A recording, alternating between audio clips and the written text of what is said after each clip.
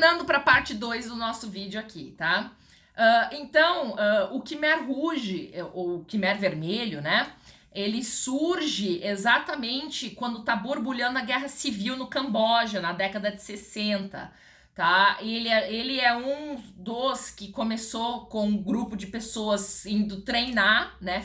Inclusive treinar no próprio Vietnã, que já estava fazendo isso há mais tempo. O próprio Pol Pot foi pro Vietnã para aprender com os guerrilheiros vietnamitas como se fazia a coisa, né?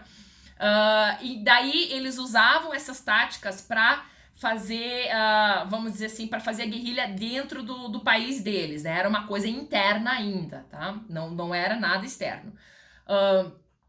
E aí o Khmer Rouge surge exatamente dessa vontade de você não permitir esse golpe de Estado, você querer ter uma influência comunista maior dentro do país, né? E ter esse treinamento de guerrilha para os cambojanos. E o Khmer Rouge ele já surge na década de 60 com esse propósito. E vai ganhando força, e vai ganhando muita força, porque os cambojanos começam a perceber que com a deposição do príncipe Sihanouk, né, você tá tendo um presidente que absolutamente não foi eleito, né, foi colocado ali, o Lon Nol, que é a pessoa que foi colocada, era ministro da defesa, não representava a vontade dos cambojanos, foi um golpe de Estado, eles estavam insatisfeitos e com isso aumenta ainda mais a popularidade do Khmer Rouge, porque eles estavam combatendo exatamente essa situação, falando, não queremos esse cara aqui, não queremos influência norte-americana, né? Nós queremos depor essa pessoa. Então muitos cambojanos começaram a aderir à causa do Khmer Rouge, começaram a se tornar guerrilheiros exatamente para combater esse golpe de Estado que eles tinham sofrido na década de 70, em 1970. Tá? Então, fecha parênteses aqui. Por que o Camboja e o Vietnã são interligados? Quando houve uma separação do Vietnã do Norte com o Vietnã do Sul, você isolou, as partes ficaram isoladas, né? Você não tinha como transitar com facilidade entre o Norte e o Sul. E o Norte e o Sul tinha pessoas ainda que eram fiéis às ideias do Norte, que eram Vietcongs, que queriam, que prezavam pelas ideias comunistas trazidas por Ho Chi Minh, né, implementadas pelo Ho Chi Minh, e queriam que o Sul seguisse isso. Então começou essa guerra interna, né, deles, uma pequena guerra civil, né, e do qual você tinha a rota de fornecimento de armamentos, munições, etc., do norte para o sul e do sul para o norte, mas mais do norte para o sul. Por quê? Porque o Vietnã do Norte pediu ajuda para a União Soviética. Seguinte, a gente tá querendo aí fazer a luta armada, né? Nós precisamos de condições. A União Soviética, mais do que prontamente, ficou muito feliz em fornecer. Então, eles vinham da União Soviética, vinha para o Vietnã do Norte, que era contrabandeado por Vietnã do Sul. Lembra, são países vizinhos. Adivinha por onde passava o contrabando para você poder fazer toda a questão da munição do Vietnã do Norte para o Vietnã do Sul? Pelo Camboja, obviamente, né? Então, todo o contrabando, né? Todo não, mas a grande parte vinham por rotas que entravam dentro do Camboja, né? Para chegar no Vietnã do Sul. Importante destacar aqui, pessoal, que o Vietnã do Sul, o Camboja, ele se dizia neutro. Se vocês forem procurar entrevistas do Sihanouk, né, na década de 60, olha aí a questão da imprensa já fazendo a diferença, né? Se vocês forem procurar entrevistas do Sihanouk sobre essa questão, dizer, olha, nós somos neutro.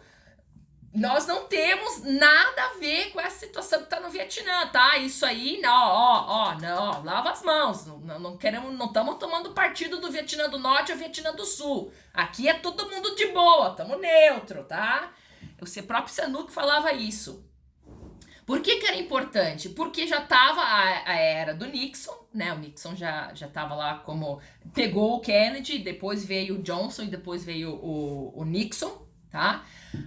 E o Nixon já estava olhando aquilo, olhando aquela situação com maus olhos. Por quê? Porque eles tinham um forte interesse em manter o domínio, né, dos Estados Unidos ali naquela região. O do sul já era dos Estados Unidos, eles queriam conquistar o norte e estavam vendo aquilo como uma pedra no sapato da vida deles. Não se importavam muito com a Camboja, porque Camboja tinha o Lon Nol como presidente. E o Lon Nol era super amiguinho dos Estados Unidos. Tá? Então, Camboja, ok. Né? Agora, a pedraça no sapato dos Estados Unidos estava sendo o Vietnã. E esse conflito Vietnã do Norte e Vietnã do Sul. Todos já devem ter visto em filmes, né, aquela questão dos bombardeios das bombas de Nepal, né, que Apocalipse Now retrata isso muito bem. E o que começou a acontecer? Os Estados Unidos começou a perceber que eles usavam a rota interna ali pelo Camboja para fazer contrabando de arma. Vamos bombardear o Camboja. O Camboja não tinha nada a ver com a situação, tomou na tarrasqueta e tomou feio. O Camboja é o que mais acho que teve prejuízo, pessoal, porque pegava aldeias, pegava civis, pegava as pessoas completamente inocentes. Tudo isso para cortar a rota de fornecimento do Vietnã para o norte e do norte para o sul das munições. Então, olha o background desse cenário aí, toda essa borbulhação acontecendo, de que você tem um Camboja que se diz, eu não tenho nada a ver com isso, tomando bomba de torto a direito, né? Você tem aí a figura, e eles, os cambojanos sabiam que eram bombardeios norte-americanos, eles sabiam disso. Né? E você tem um presidente que é um fantoche dos Estados Unidos no Camboja e que está criando satisfação. Um prato cheiaço pro Khmer Rouge tomar a rédea da situação e dizer, é agora que nós vamos entrar, tá? É agora que isso vai acontecer. Então, em 17 de abril de 1975, isso já vinha escalonando, pessoal, tá? Eu tô fazendo uma coisa mais resumida para vocês, mas você tem pelo menos aí uns 10 anos de escalonamento do Khmer Rouge subindo, né? Ganhando popularidade. E eles já vinham, eles mesmos tomaram para si essa luta, até inclusive de acabar com o governo de Lon Nol, né? Eles tomaram isso para eles. Então, numa escalonada, foi indo, até que em 17 de abril de 1975, o Khmer Rouge tomou a capital, né, do Camboja, que chama Phnom Penh. Tá? Então, eles tomaram a capital. Quando eles tomaram a capital, por um brevíssimo período de tempo, a população ficou feliz. Né? Por quê? Porque eles estavam com eles acabaram com o domínio do Lon Nol, né? Com a presidência do Lon Nol. E em segundo lugar, eles estavam aliviados, porque eles acreditavam que isso ia reestruturar o seu país, meio que uma questão libertária, né? Que eles estavam sendo bombardeados o tempo inteiro, e o Khmer Rouge condenava isso de forma atroz, eles detestavam os Estados Unidos, né? Então eles eles entraram na capital, destituíram o regime, que não foi muito difícil, porque, né, a galera já tinha fugido faz tempo.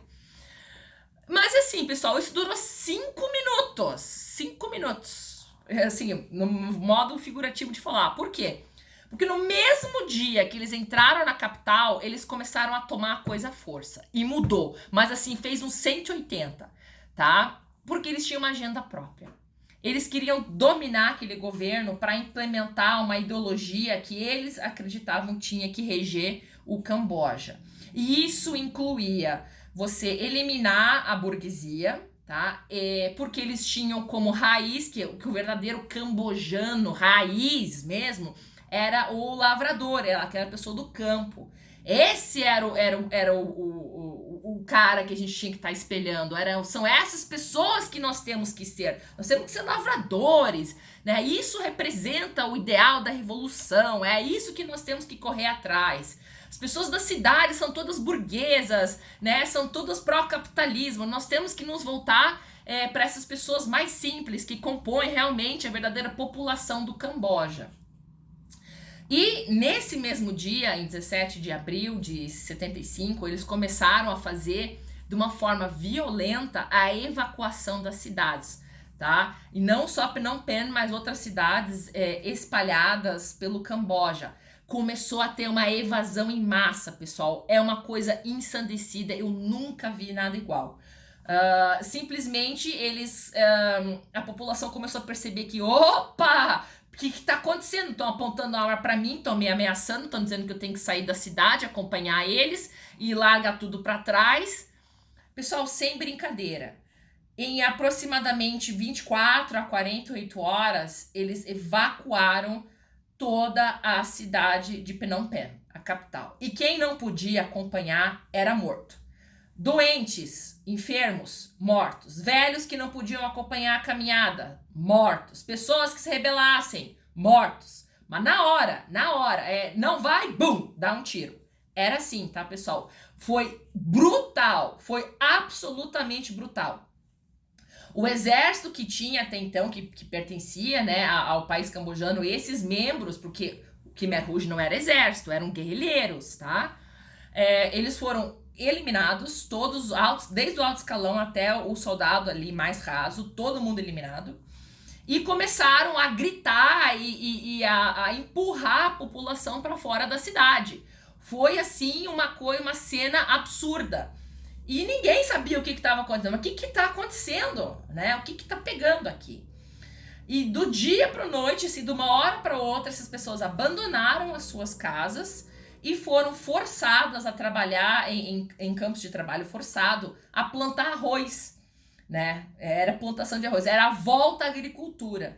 E como dizia o Ben Kirsten, catapultaram Camboja de volta para a Idade Média, porque em um período curtíssimo de tempo não haviam mais pessoas habitando, haviam, mas assim, população, né? Haviam os membros de alto escalão, do Khmer Rouge e tal, mas população mesmo, ninguém estava na cidade, pessoal, tava todo mundo no campo, para plantar comida, plantar arroz, servir à revolução, tá? Então, aboliu-se dinheiro, né? As pessoas que eram consideradas intelectualizadas eram mortas, né? Por quê? Porque é burguês não é parte da nossa ideologia. Profissionais como advogados, profissionais liberais ou profissionais mais intelectualizados, médicos, advogados, engenheiros, mortos. Pra quê? Tem que virar agricultor. Você vai virar agricultor, meu amigo. Esse é o cambojano raiz. É isso que nós estamos querendo fazer. Então, sob comando do Pol Pot, que era o que o pessoal chama de Brother Number One, né, o irmão número 1, e mais uma alta cúpula que idealizou essa revolução para acabar com o domínio imperialista norte-americano, que é na perspectiva deles, eles simplesmente pegaram e aboliram todos os meios econômicos, né? Não circulava dinheiro, pessoal, simplesmente não circulava dinheiro. Acabou o dinheiro, tá? O dinheiro não valia mais nada lá dentro. Acabou o banco, hospital não supriam mais, porque não tinha dinheiro, não tem mais como suprir as outras coisas, né? Então não tinha, ninguém mais usava eletrodoméstico, porque estava no meio de um campo, né, de trabalho forçado. Diziam os relatos que se via, assim, pilhas de eletrodomésticos na rua, assim. Era uma cena chocante, sabe? Phnom Penh era uma cidade fantasma, praticamente, tá? E o Camboja se fechou. O Camboja ficou, né, fechado dentro de si. E quando eu digo fechado dentro de si, era literalmente fechado dentro de si, pessoal. Não tinham relações diplomáticas com ninguém, a não ser a China, que retroalimentava um pouco o regime, tá? Mas ninguém entrava, ninguém saía, ficou meio que uma Coreia do Norte, sabe? Assim, aquela coisa estrita mesmo. Então, por isso que você vai ver lá atrás, na década de 70, quando isso aconteceu, que foram episódios violentíssimos, tá? De execuções na rua, em público, queriam nem saber. Uma bala mesmo, tá? Não pode andar bala em você, tá? Por isso que você vai ver que nesse período Você não tem, você tem alguém falando na mídia sobre, mas é muita incerteza, porque o Camboja se fechou. E a partir do momento que ele se fechou, ele não interagia mais com ninguém e poderia implementar aquilo que ele bem entendesse como regime. E aí, a partir do dia 17 de janeiro, perdão, 17 de abril de 1975, começa então esse regime do Khmer Rouge. Nasce a República Democrática do Campucheia, porque eles querem apagar, literalmente, vamos apagar todo o passado do Camboja. Inclusive, aquele ano de 75 era considerado o ano zero para eles, porque daqui em diante nós vamos conformar uma nova história. E lá atrás, não importa, o que importa é daqui em diante. O que importa é nós formarmos cidadãos para atender à revolução. O que importa é nós termos um Estado que vai servir unicamente com o propósito de algo maior, né? Que esse ser abstrato que chamava de Ankar, né? Então, você tinha pessoas absolutamente destituídas como indivíduos, né? Você pertencia agora ao Estado. A tua função era para servir a revolução. A tua função ali dentro você era mais uma chave girando para que a revolução, né, pudesse acontecer. A revolução capitalista, né? Perdão, nossa, a revolução comunista, que menosprezava qualquer coisa que vinha de uma burguesia, de um cunho ocidental, né? Então, você tinha uma ideologia extremamente extrema, né, extremista, mas ao mesmo tempo uma ideologia completamente deturbada. Eles tinham muita influência do maoísmo, tá, pessoal? Eles tinham uma base comunista do maoísmo, né? O Pol Pot, inclusive, em seus discursos, citava muito o Mao e a maneira de funcionar do Mao, tá? Só que, nos meus estudos, eu posso observar que, apesar da forte influência maoísta, ele não era só maoísta, ele tinha uma coisa que era só dele. Porque era muito louco, tá, pessoal? Eram umas ideologias, assim, que você olha para aquilo e fala, gente, isso só existe aqui. Isso só existe no Camboja, não existe em nenhum outro lugar, tá? Então, por exemplo, você era extirpado da sua individualidade. Se você quisesse casar, você tinha que pedir permissão, né, para o Ankar, né, para esse ente abstrato que representa o Estado, tá? Então, tudo assim, toda a tua vida era vista como um facilitador para que a revolução acontecesse. E você devia obediência a Ankar. Era tudo muito fiscalizado, era uma paranoia gigante ali dentro e um sofrimento muito grande.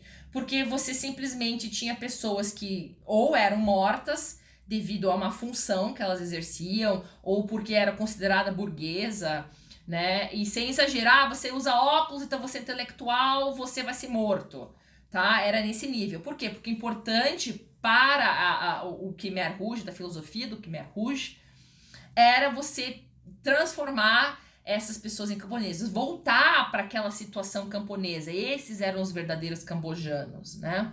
Então, por isso que todo mundo foi plantar arroz. Eu falo isso no sentido figurado, mas eram grandes plantações de arroz mesmo, que eles faziam. Outros alimentos, é claro, né? Mas você migrou em massa, você trouxe essa população da cidade para trabalhar nos campos, e que eram campos de concentração, que eram campos de trabalho forçado, tá, pessoal? Eram condições precaríssimas, né? Não tinha hospital, não tinha médico, não tinha remédio, não tinha dinheiro para nada disso, o dinheiro não circulava, né? Os profissionais que eram médicos eram mortos, sabe? Os profissionais que eram engenheiros eram mortos, então você tinha literalmente uma sensação de estar num período de Idade Média, em que você não usava maquinário para plantar arroz, meus amigos. Isso aí é coisa de capitalismo, isso é coisa do Ocidente. Não. É ali, ó, na marretinha, machadinha ali, ó, abrindo picadinha ali, ó. Tá? Por isso que se diziam os estudiosos que foi catapultado para a época da Idade Média. não se usava maquinários, não se usava tecnologia, nada, era ali, ó, na mão. E sem questão de saneamento, né, sem questão de cuidados básicos e muito, muito, muito mal alimentados, né, eles produziam muita comida, mas não iam para eles, ia lá para a cúpula, né.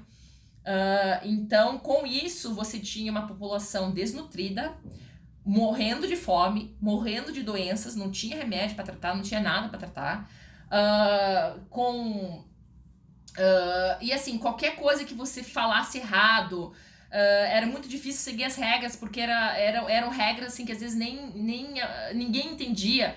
Se você então maltratasse um guarda, você poderia ser punido com a morte, não tinham regras claras, era muita paranoia, né? Você tá me traindo, você tá desobedecendo a revolução, você não é revolucionário, você não quer colaborar com o regime, você está traindo o partido, bum, morto, sabe? Então qualquer coisa que fosse vista de uma forma torta pelos algozes ali presentes era motivo ou de punição ou de morte. Estima-se, né, e eu li muitas informações não concretas, não tem nenhum para dizer, bater o martelo e dizer foi isso aqui, tá? Mas estima-se que entre 2 milhões e 3 milhões de cambojanos tenham morrido nesses 3 anos, 8 meses e 20 dias, tá? É muito difícil dar número exato, porque as pessoas padeciam porque eram executadas, as pessoas padeciam porque morriam de fome, as pessoas padeciam porque morriam de doenças, tá? Mas em decorrência desse regime aí que o Khmer Rouge trouxe, né, com a República Democrática do Campucheia. Então, de uma forma aproximada, calcula-se que entre 2 e 3 milhões de cambojanos tenham falecido, de uma população total da nação de 7,8 milhões. Foi significativo, tá, pessoal? Foi bem significativo. Se você for fazer uma proporção, se for pegar, não chega a metade, mas chega a 1/3 do que existia de pessoas na época. Então foi um massacre muito pesado, foi um massacre muito grande que ocorreu. Muitos civis morreram, não foi uma questão de guerra, foi uma questão mesmo de genocídio, tá? Muitos não foram soldados que morreram em guerra, apesar que isso também é muito triste, né?